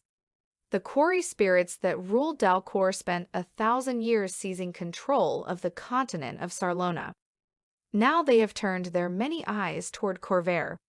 The ultimate goal of the Dreaming Dark is to control all the nations of the world. The plane of Dalcor goes through cycles of light and darkness, and the current age is coming to an end. The nightmare spirits that rule the plane believe that by seizing control of mortal civilization, by forcing all the people of Eberron to dream the dreams they devise, they can maintain this current age of darkness indefinitely. So the fiends of the Dreaming Dark aren't merely hungry for power, they are fighting for survival. The quarry can't manifest physically in Eberron, but they have other options. They can possess willing humanoids, creating agents known as the Inspired, see Chapter 6. They can also manipulate the dreams of mortals. The Dreaming Dark can trick a priest by sending dreams that appear to be divine visions, or inspire a soldier to rebel against their lord. The greatest weapon of the Dreaming Dark is its ability to infiltrate other organizations. Anyone could become an inspired vessel or be prompted into taking foolish action by a dream. Its agents are scattered across the world and have no obvious connection to one another until they reveal their true nature and purpose. The Dreaming Dark in the War. The chaos that reigned during the last war enabled the agents of the Dreaming Dark to move and act with absolute freedom throughout Corvair. Any direct conflict among Eberron's humanoid populations is a boon to this group, which wants to destabilize all of them. Many of the intense battles near the end of the war might have been avoided, if not for Dreaming Dark agents fanning the flames of fear and hate, often by invading the dreams of soldiers and rulers alike. The feelings of mistrust and festering animosity between the nations that linger after the Treaty of Thronehold provide the Dreaming Dark with countless points of possible infection. Refugees, expatriates, and other displaced people provide the perfect vehicle for the Dreaming Dark to spread its influence across Corvair, carrying its corruption into new populations. The role of dreams. If you plan to use the Dreaming Dark as a major villain in your campaign, it can be helpful to establish the role of dreams early on. If dreams feel like a regular part of the story, it will be less obvious when the dreaming dark starts manipulating the character's dreams. For example, you might establish a pattern of picking one adventurer and discussing their dreams each time the group takes a long rest. Consider these ideas for the basic seed of a dream. Revisit recent events. This can be a useful opportunity to call attention to a detail the characters overlooked. Clearly, this character's subconscious registered the detail as important. Involve a current villain. This can help build the player's hatred for an elusive recurring villain. Foreshadow the future. This could simply reflect a character's fears, but it might also convey a warning from a celestial or other supernatural creature. Explore the character's past. Give the player an opportunity to add depth to one element of the character's story. Reflect anxiety. An anxious character might dream about showing up in a dungeon with no armor or at school with no clothes. Narratively, these dreams can provide a moment of comic relief or heighten the player's own concern about what's happening in the game. The role of dreams. All dreams occur in the plane of Dhakaan. When mortals sleep, their minds touch the plane and shape a shard of it. Normally, a dream is shaped by the memories and emotions of the dreamer. But the dream spell and similar effects, such as a night hag's nightmare haunting, can influence a dream from the outside to a specific and often sinister purpose.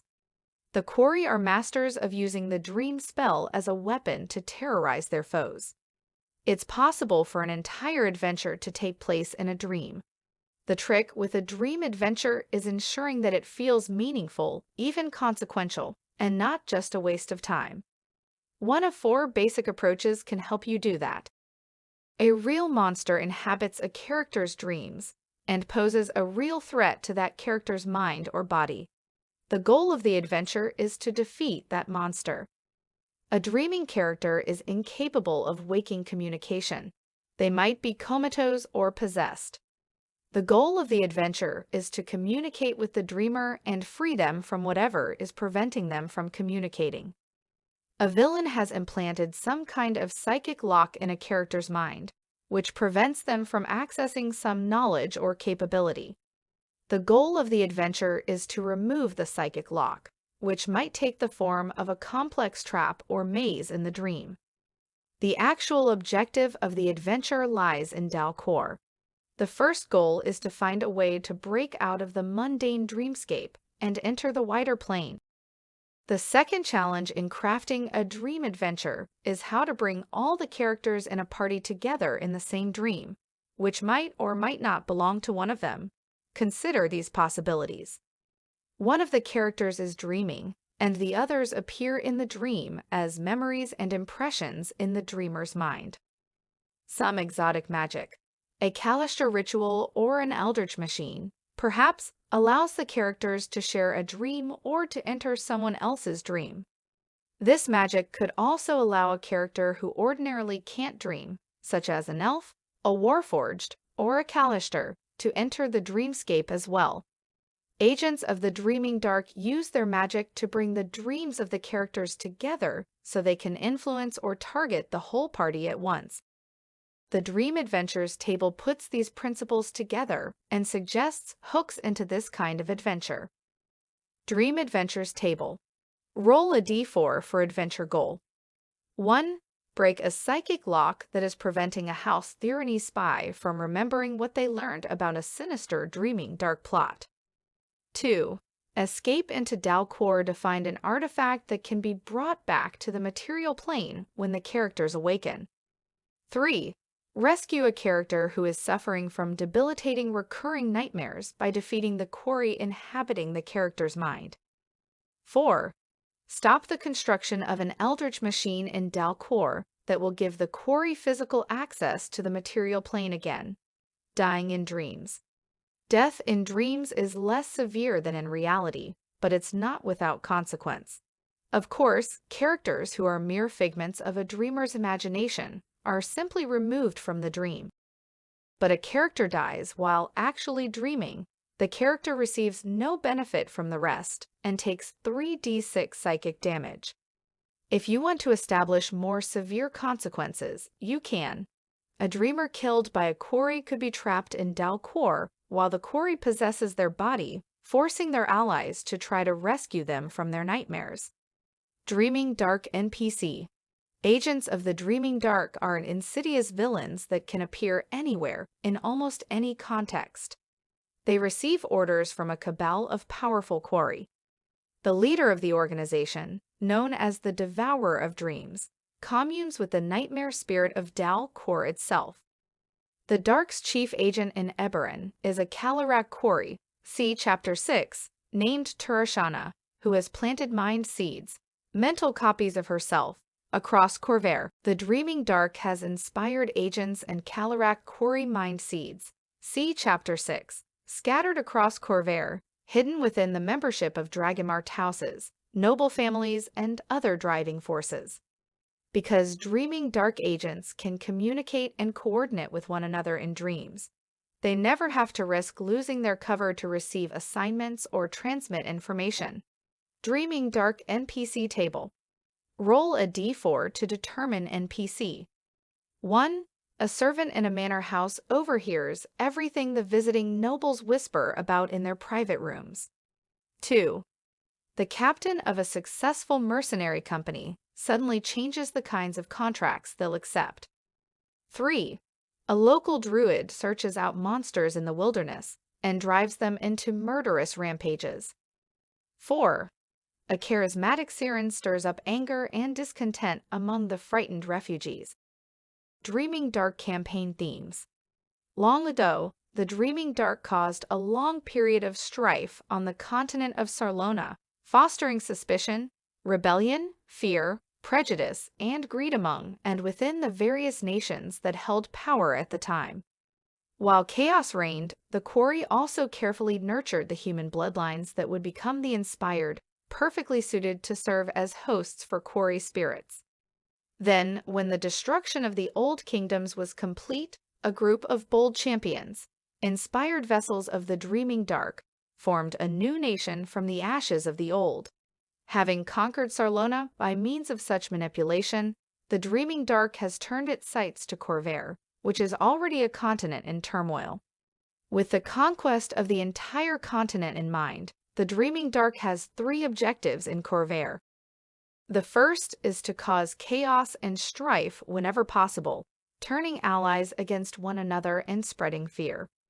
The second is to promote their chosen champions. A champion could be a nation, a mercenary company, a Dragonmarked house, or a religion. Whatever it is, it will have been thoroughly subverted by the Dreaming Dark. Finally, the Dreaming Dark relentlessly pursues the Kalashtar and takes every opportunity to bring down these enemies. The Kalashtar are descended from rebel quarry that defied the Dreaming Dark and want to push Dhakaan into an age of light. Given those objectives, the Dreaming Dark can drive events on a small scale by setting bandits in motion or triggering local feuds, or the adventurers might uncover evidence of plans that could reignite the last war or bring an entire nation or religion under the sway of the Dreaming Dark. Dreaming Dark Adventure Hooks. The Dreaming Dark Adventure Hooks table offers some ideas for strange occurrences and nightmarish events that can touch off stories involving the Dreaming Dark.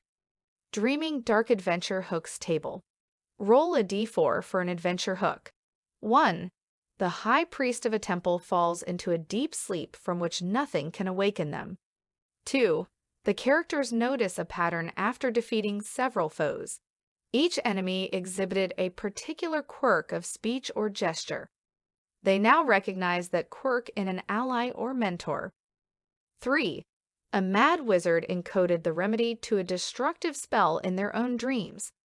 The characters must enter the dreamscape and recover the remedy. 4. A war criminal imprisoned during the last war reaches out, claiming to have evidence of their innocence and warning that a destructive force is influencing the government. Droaam. Once, Droaam was a wild frontier that marked the edge of civilized Khorvaire. Today, it is home to one of the strangest nations on the continent. In the streets of the Great Crag, ogres and minotaurs rub shoulders with gnolls and goblins. Gargoyles and wyverns circle in the sky, while harpies call work crews to the quarries with their songs. Under the rule of the enigmatic daughters of Sorakel, this land grows stronger with each passing year. Thanks to the guidance of the hags, the diverse inhabitants of Droaam are learning to work together and finding ways to use their supernatural gifts to help build and sustain society. A Medusa might use its petrifying gaze to preserve the life of an injured ally until medical attention can be obtained. Harpies in the taverns of Droaam use their hypnotic songs to entertain rather than to harm. When you bring creatures from Droaam into the campaign, consider how different monsters can work together in unusual ways and how their special abilities could be used outside combat. Droaam offers a way to introduce monsters into any adventure and for characters to encounter these monsters in untraditional ways. Droaam demonstrates that even monstrous creatures want the same things that members of other races do, more or less. Droamish monsters of a civilized bent could appear anywhere in Corvair. House Therashk brokers the services of Droamish monsters across the continent. Some of these monsters can appear in traditionally aggressive roles as mercenary soldiers, a crime lord's bodyguards, or assassins in the shadows of Sharn. But Therashk also provides less violent services. Ogre laborers put their strength to practical use in many of the continent's cities. Gargoyle couriers are in high demand. Though monstrous workers of these sorts are still rare in many nations, their numbers are growing. Conversely, a visit to Droaam gives adventurers a chance to explore a land untethered by the laws of the treaty nations, a realm where they are the outsiders and the monsters are at home. Adventurers might have to pursue a fugitive or a war criminal into Droaam, or go there in search of unusual services or information found only in the land of monsters. Sample: The Voice of Breland. Boreanal Seeds Western Reaches. In a shocking move, King Boreanal has ordered that all Brelish citizens who live west of the Greywall Mountains must leave their homes and return to the eastern lands, or else forfeit their claim to the king's protection. In the face of a few withered hags and a ragtag army of filthy ogres and mangy gnolls, King Boreanal's legendary courage has apparently faltered. We can only assume he means to yield to Sire next. Warlords of Droaam. Droaam is home to a vast array of creatures. Many of these races maintain isolated enclaves. The Medusa city of Kajak Dral, the harpy flights of the Bayesht Mountains, the scattered Minotaur clans, the mysterious changeling city known as Lost. But other creatures have long been commingled. The ogres, orcs, trolls, hill giants, goblins, and kobolds of Droaam have never had distinct cultures. They have always been blended. Although enclaves made up of a single kind of creature do exist, most communities contain a mix of creatures. In bygone days, many of these groups of creatures lived in transient communities, ruled by the most powerful among them and constantly in conflict with neighboring forces. When the daughters of Sorakel rose to power, they used force and persuasion to bring an end to this violence. They recognized the most powerful existing warlords as rulers of their domains, and they appointed lieutenants, including Oni and other powerful and intelligent creatures, to govern other regions. Within Droaam, any creature that commands the loyalty of a band and has successfully claimed and held territory can call itself a warlord, but only a small number of such leaders wield significant power. A few of the most notable warlords and factions are described below. Cairngorm. A remarkably intelligent gargoyle, Cairngorm is the lord of Grimstone Keep. He leads the largest host of gargoyles in Droaam, and Grimstone is also home to orcs and other creatures. The Dark Pack, an alliance of lycanthropes, wergs, and other bestial creatures, is led by an elf werewolf named Ziril. The Dark Pack bears a deep hatred for followers of the Silver Flame. Goradan Ashlord. A fire giant exiled from Zendrik has earned the loyalty of a powerful force of ogres and hill giants. Goradan knows a great deal about Zendrik, and could prove a valuable resource to adventurers. Harpy flights. The harpies have long dwelled in the Bayeshk Mountains. Several flights across the nation, including the Stormzinger, Lasturge, and Rotwing, have pledged themselves to the daughters of Sora Kell. Other flights remain in isolation in the mountains. The largest of these is the Wind Howlers, whose leader, Cowling of the Bloody Word, despises the hags. Kethelrax the Cunning. The kobold lord Kethelrax has laid claim to Sharat Kal in the south of Droaam and leads host of kobolds and goblins, creatures that have been traditionally enslaved and oppressed by the larger and more powerful inhabitants of the region. Though his epithet, the Cunning, is used mockingly by other warlords, Kethelrax has the favor of Sora Cadra and has proven to be clever in his own right. The kobolds are thrilled to have their own territory and are fiercely loyal to the daughters, but many yearn for revenge against their former masters. Resh-Tarakbar. The Minotaur warlord Resh-Tarakbar has united the small clans of his people into a deadly force. His fortress is on the eastern edge of Droaam, and he often leads raiding parties into Breland in the name of his fiendish patron, the Horned Prince, also known as Rak-Tulkesh. See Chapter 6. Sheshka, the Queen of Stone. The Medusas have long held the ancient citadel of Kajak-Dral. Though they are not numerous, their deadly gaze and trained basilisk pets make the Medusas a force to be reckoned with. Medusa priests of the Dark Six are spiritual leaders in many Droamish communities. Queen Sheshka is a skilled warrior and general. She has been loyal to the daughters, but she is devoted to her people and will always do what's best for them. Saurian Arak. A cunning Oni with a large force of ogres and orcs at his disposal, Saurian Arak was quick to embrace the arrival of the hags, but he also yearns for greater power. Arak is a skilled alchemist and a scholar of arcane lore. Venom Lords. A group of tieflings called the Venom Lords leads a community of warlocks, some of whom are also tieflings. Their domain, called the Venomous Demesne, is hidden away in the desolate marshes south of Blackwater Lake, shrouded by powerful magic. Warlord Balmolish is a strong ally of the daughters, and some of his tiefling kin can be found in the service of Dosk.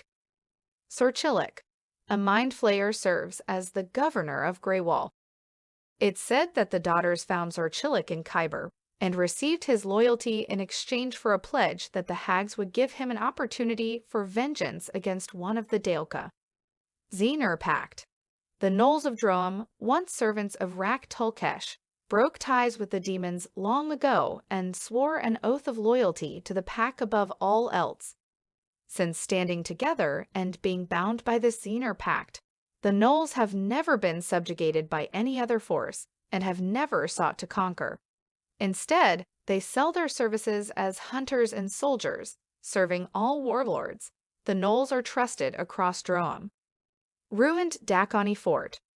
Ruined forts of ancient Dhaakani design are common in Droaam, and in many cases the structures have been remodeled into homes or refitted for defense. They also make ideal lairs for less intelligent monsters, places where they can bring their next meals along with anything those poor souls happen to be carrying. Ruined Dhaakani Fort features.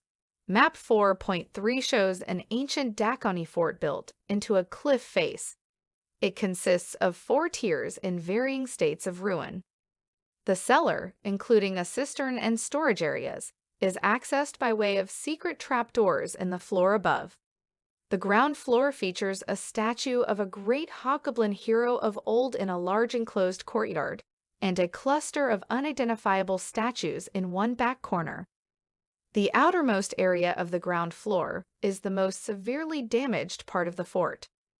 The middle tower consists of 2 crumbling floors with arrow slits, accessed by spiral staircases from the ground level.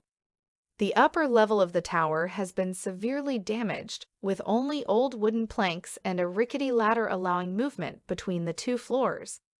The top level of the fort overhangs the tower.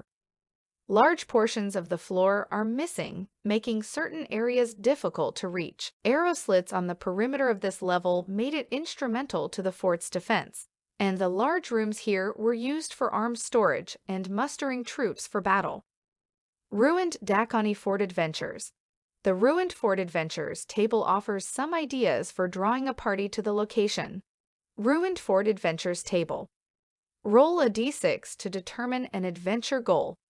1. Gnolls Larry in the fort have been attacking caravans and travelers near the Dargon border, but the Gnolls are mercenaries. Who are they working for? 2. The ruins are said to hold a powerful magic item that was used by the ancient Dhakaan goblins against the Dhaaka. 3. The party is hired to recruit several hill giants for a building project in western Breland. Step 1 is making sure the giants Larry in the fort don't kill the party. Step 2 is persuading them to work for humans. 4. The characters must rescue prisoners being held by the monsters in the ruins. 5. A group of Brelish humans determined to take Brelish lands back from the monsters have settled and started rebuilding the ruined fort. The party is asked to help them defend the fort, or to protect them as they flee back to Breland, pursued by angry Droamites. 6. A Brelish noble hires the party to retrieve a family heirloom lost in the fort's ruins. Daughters of Sorakel. Sorakel is an ancient night hag with exceptional powers. She is said to have dealt with dragons and demons in the first age of the world, and to have tricked the sovereigns themselves. Even though she is immortal, there have been no new legends of her deeds since the advent of Galifar, but that's when her daughters rose to infamy. All 3 of the daughters of Sorakel possess powers far beyond what's usual for their kind. They are creatures of legend, beings who have defeated many of the greatest heroes of Galifar. Sorakadra is the voice of the daughters.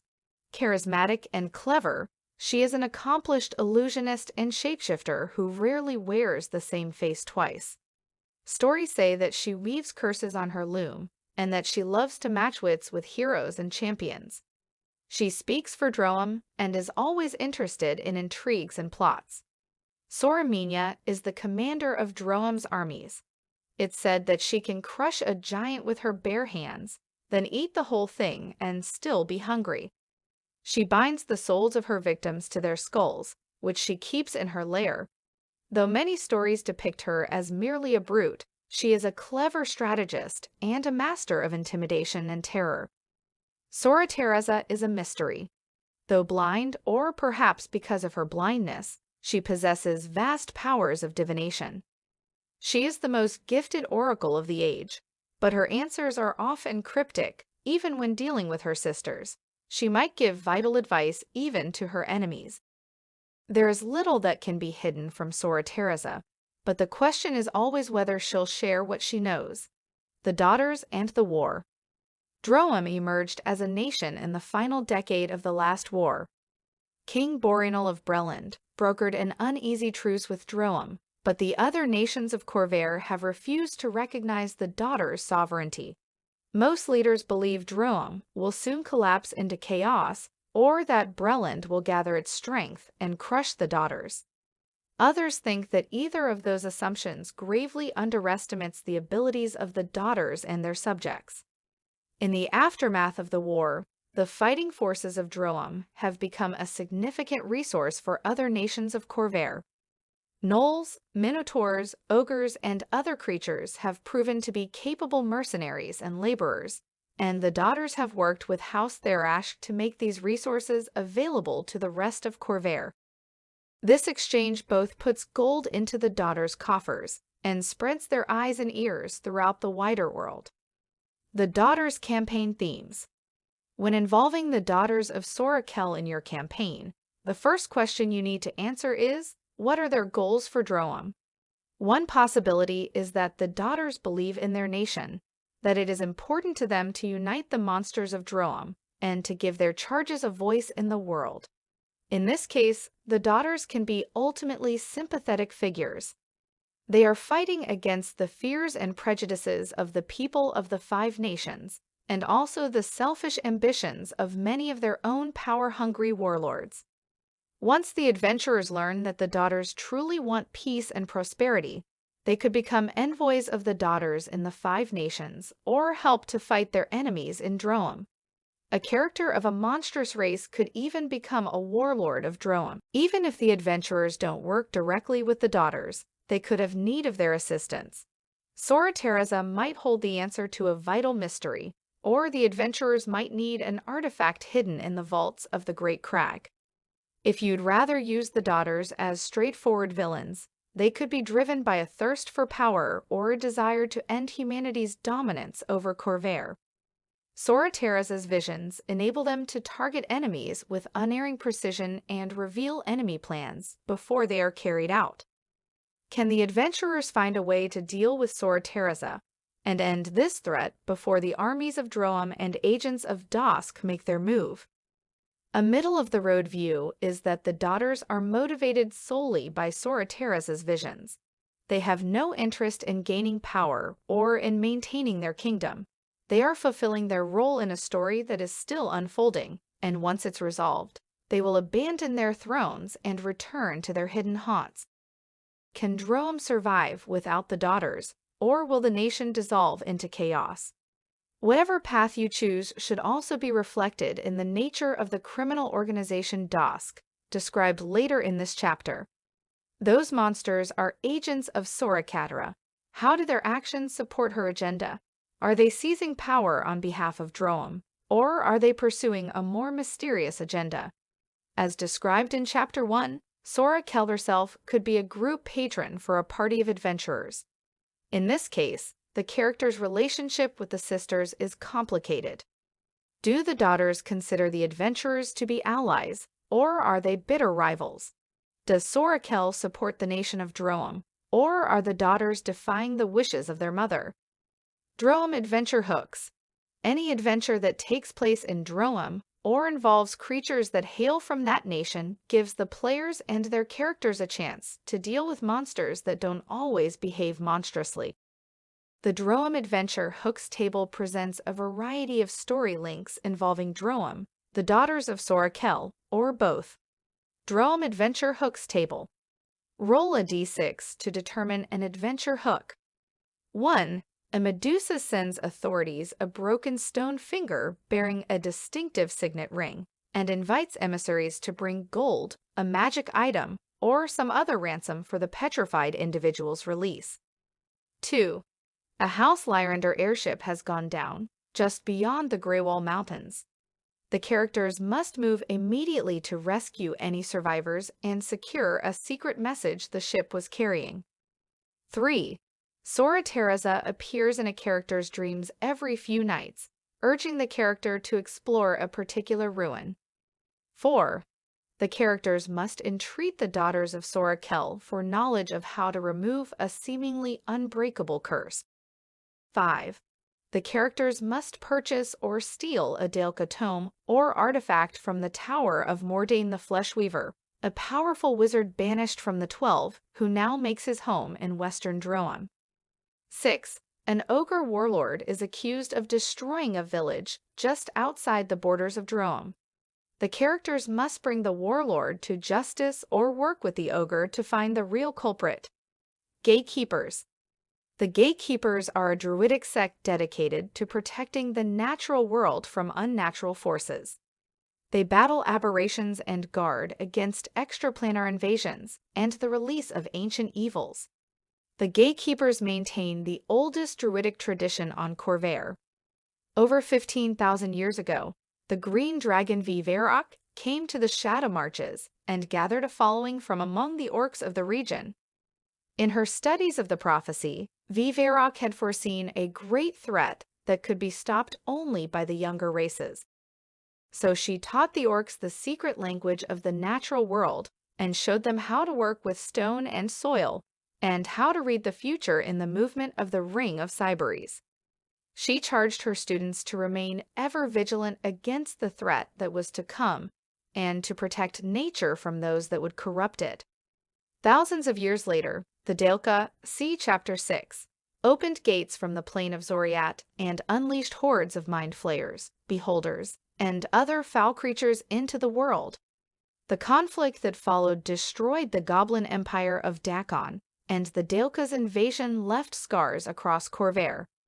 Ultimately, Viverok's students sealed the gates and imprisoned the Daelka in Khyber.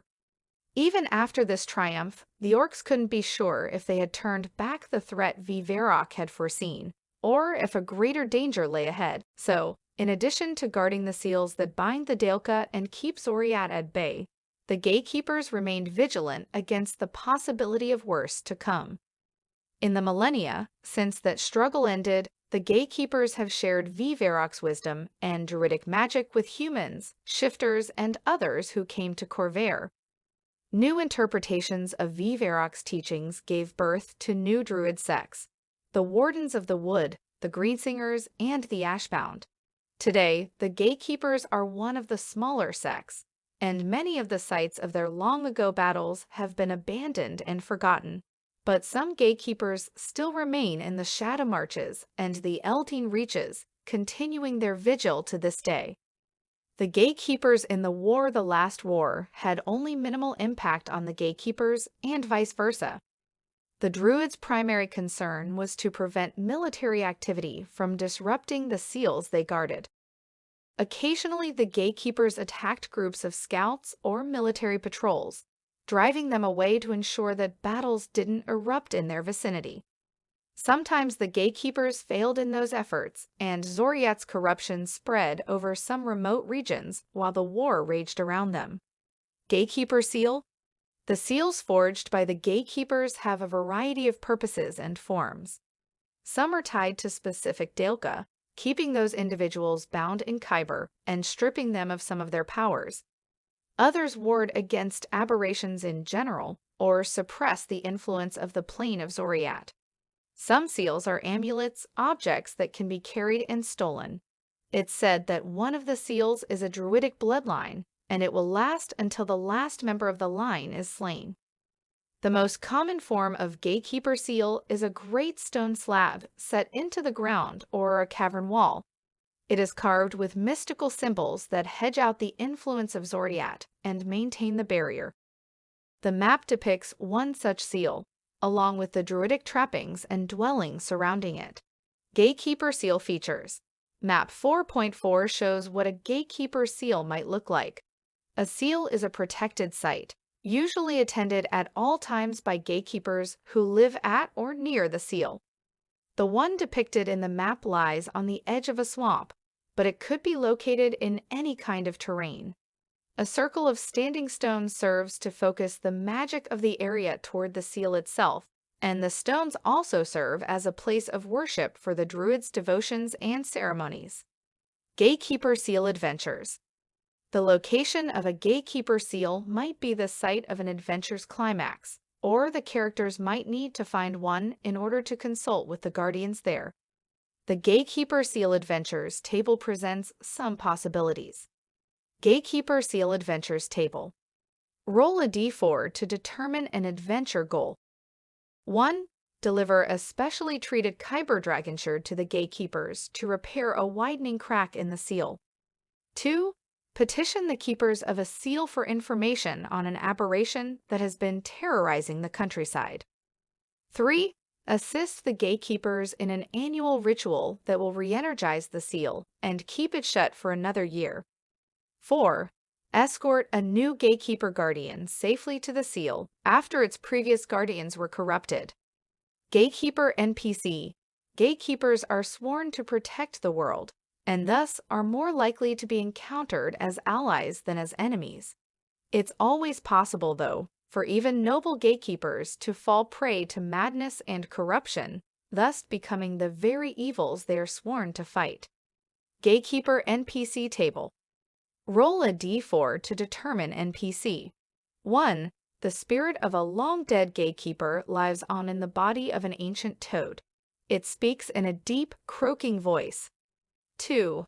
A half-orc Gatekeeper works in House Therashk as an investigator, searching for signs of planar disturbances. 3. A human Gatekeeper is on a pilgrimage, carrying an amulet that serves as a seal on a journey to a number of sacred sites to restore its power. 4. An old orc ranger is murdering people in Sharn, claiming that they've been corrupted by the Daelka. Gatekeeper campaign themes. The Gatekeepers are the remnants of an ancient order. Once they saved the world, now they are all but forgotten and the world needs saving again. The surviving Gatekeepers might not have the strength to win the fight alone, and that's where adventurers come in. Gatekeepers can serve as patrons or advisors, providing crucial information or setting the adventurers on the proper path. They can also come to the rescue of adventurers who are close to being overwhelmed by mind flayers or Dalgons. At certain points in a campaign, the Gatekeepers might seem to be villains. The Druids' mission to protect their seals and to oppose the rise of aberrations is of the utmost importance. Anyone who threatens a seal or assists the machinations of the Dhakaan, no matter how unwittingly, risks making relentless enemies in the Gatekeepers. A simple shift in circumstances, such as the death of a noble that causes ownership of a trackless parcel of land to change hands, could bring the characters into sudden conflict with the Gatekeepers. Gatekeeper adventure hooks. Gatekeepers can be at the center of any number of potential stories. The Gatekeeper Adventure Hooks table offers some options. Gatekeeper Adventure Hooks table. Roll a d8 to determine an adventure hook. 1. While pursuing rumors of lycanthrope activity, the characters discover a good-aligned werebear that is working with the Gatekeepers to stop an incursion from Khyber. 2. A Gatekeeper seal in the form of a stone tablet falls into the character's hands. They must return the seal to the Gatekeepers before its magic fades. 3. A logging operation is moving close to the area protected by a seal, and the party must convince the loggers to relocate before their work touches off a conflict with the Gatekeepers. 4. Working with an agent of the chamber, the Gatekeepers are convinced the actions of the characters will bring a Dhakaan one step closer to freedom. 5. The characters discover evidence suggesting that the rituals performed by the local Gatekeepers are weakening their seal, not empowering it. 6. Pilgrims traveling through a forest draw the attention of Gatekeepers, who think they are spies sent to sabotage the nearby seal. 7. One of the kidnapped victims, who was rescued from a marauding band of aberrations, turns out to be a Gatekeeper initiate. 8. The adventurers are sent to the Emror Holds to investigate the activity of Dhakaan the Corruptor and uncover a Dhakaan cult among the dwarves. Goblinoids, heirs of Dhakaan. War drums are sounding in the depths beneath Dargun. Bugbear champions hone their adamantine greatswords, and hobgoblin dirge singers call the legions to battle. The warriors of Dhakaan are preparing to reclaim their stolen lands, and the nations of Khorvaire have no idea what's coming. During the struggle with the Dhakaan, some Dhakaani leaders saw the madness spreading among their people and knew it would destroy their civilization. They led their forces into deep subterranean chambers and severed all contact with the outside world. In recent years, these ancient clans, who call themselves the Ketch Dhakaan, bearers of the traditions of Dhakaan, have finally returned to the surface. The Dhakaani are utterly devoted to war, matched only by the Vaelnar elves in their devotion to the martial arts. Their weaponsmiths and armorers know techniques that even the artificers of House Cannith cannot duplicate. Throughout the last war, no nation faced any other force that had the skill and resources of the resurgent Dhakaani. But there is one obstacle to their rise. The heirs of Dhakaan have no emperor. The Goblinoids are divided into clans, and each clan, or ketch, believes its leader has the right to control all the others. And so the champions of Dhakaan continuously compete with each other to prove their right to rule. The Ketch Sharat, blade bearers, believe that leadership is best achieved through force of arms. The Ketch Valar, word bearers, believe that knowledge is the greater weapon, and they seek to recover artifacts and weapons that were lost when the Empire fell. These and several less influential clans are competing for overall leadership, while the spies and assassins of the Keshter, silent folk, remain neutral in the struggle, gathering information on the modern world and serving every clan. At the moment, the heirs of Dhakaan are maintaining a low profile. They fight most of their battles underground, and occasionally dispatch small squads to carry out missions on the surface. Humans usually don't know enough about goblins to tell the difference between the Dhakaan and the people of Dargun. The truth of the matter is gradually spreading within Dargun, but no one yet realizes the power of the force that lies beneath their nation. The heirs and the war, the last war, caused the heirs of Dhakaan to finally stir and emerge from their deep vaults. They recognize that humanity has been weakened by its self-inflicted wounds. The rise of Dargun and the proliferation of that nation's Galdar mercenaries enables the Dhakaan to move around Khorvaire without drawing undue attention.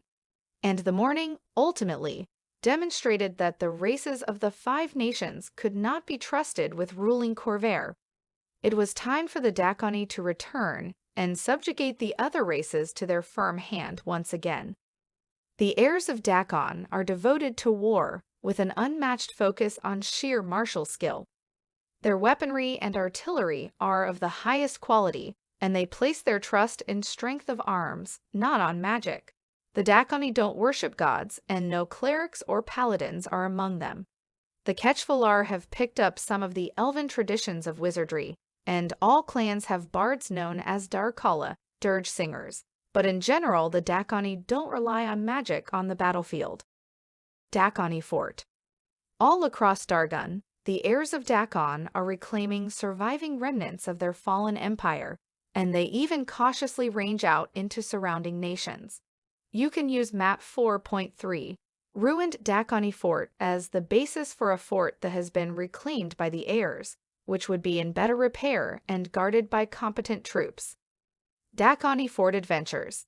The Dhakaan Fort Adventures table describes some tasks that could bring characters to such a place.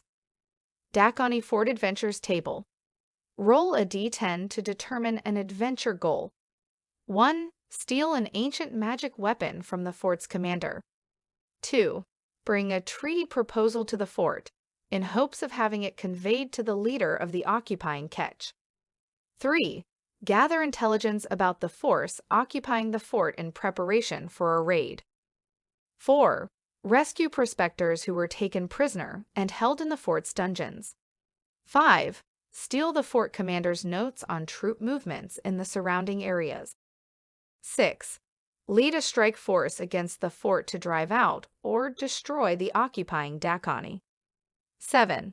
Rush to support a small squad besieging the fort before Dhakaan reinforcements arrive and break the siege. 8. Assassinate or kidnap the advisor to the fort's commander. 9. Work with the occupying commander to discover the spy from another Ketch in their ranks. 10. Break a siege by Dargun Goblinoids that has trapped the character's Dhakaan allies within the fort. Goblinoid NPC.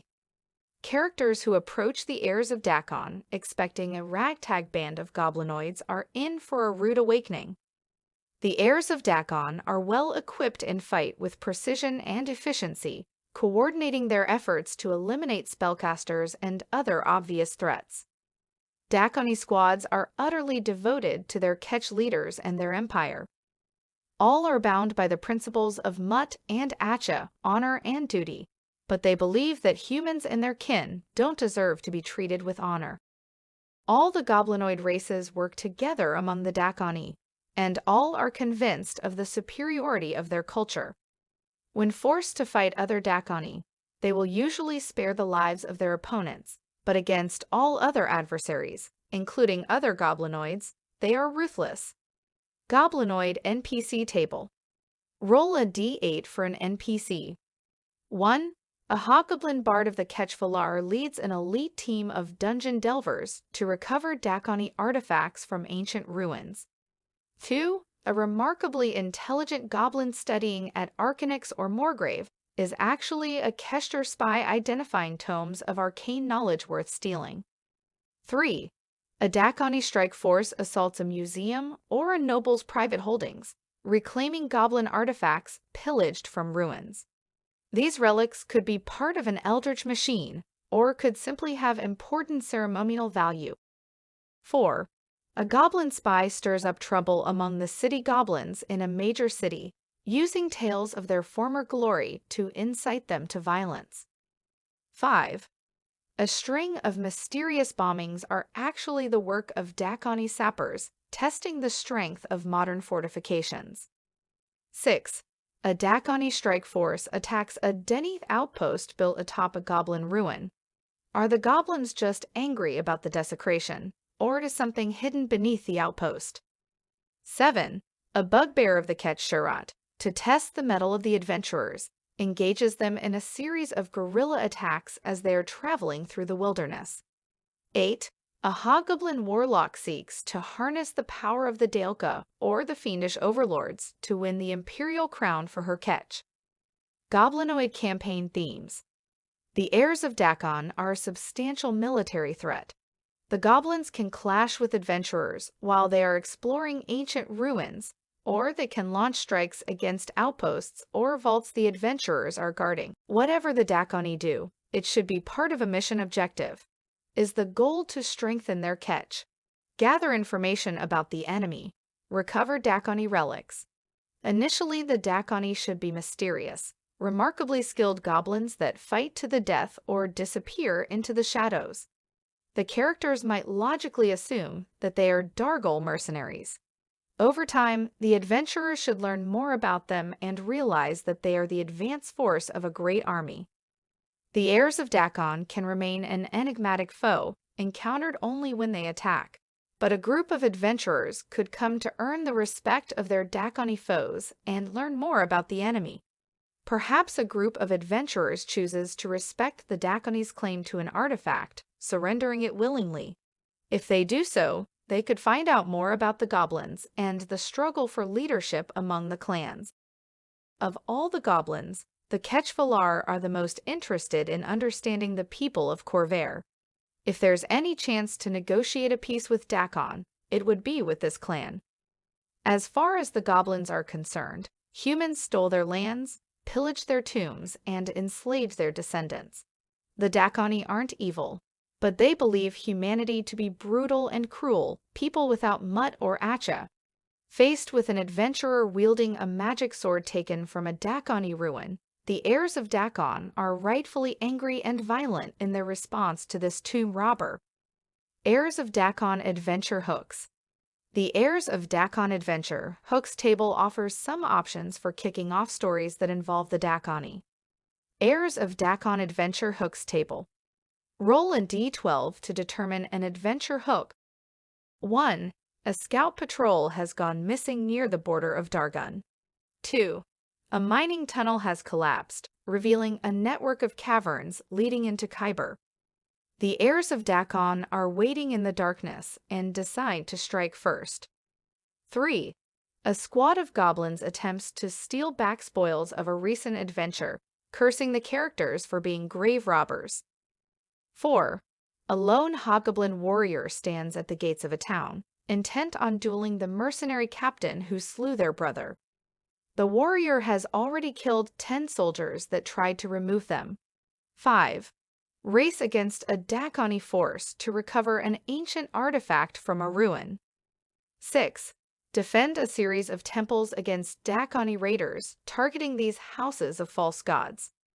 7. Explorers discover a fragment of an ancient Dhakaan song that seems to tell of the true heir of Dhakaan. The complete lyrics might settle the question of succession. 8. The Dhakaan begin kidnapping Warforged so that their artificers can learn how to make their own construct soldiers. 9. In a sacked human settlement, a battle between two opposing forces of Goblinoids breaks out. Which side was the cause of the destruction? 10. The Ketch-Sherrat send emissaries to a nearby city with a simple message. Abandon the town within 1 week or die. 11.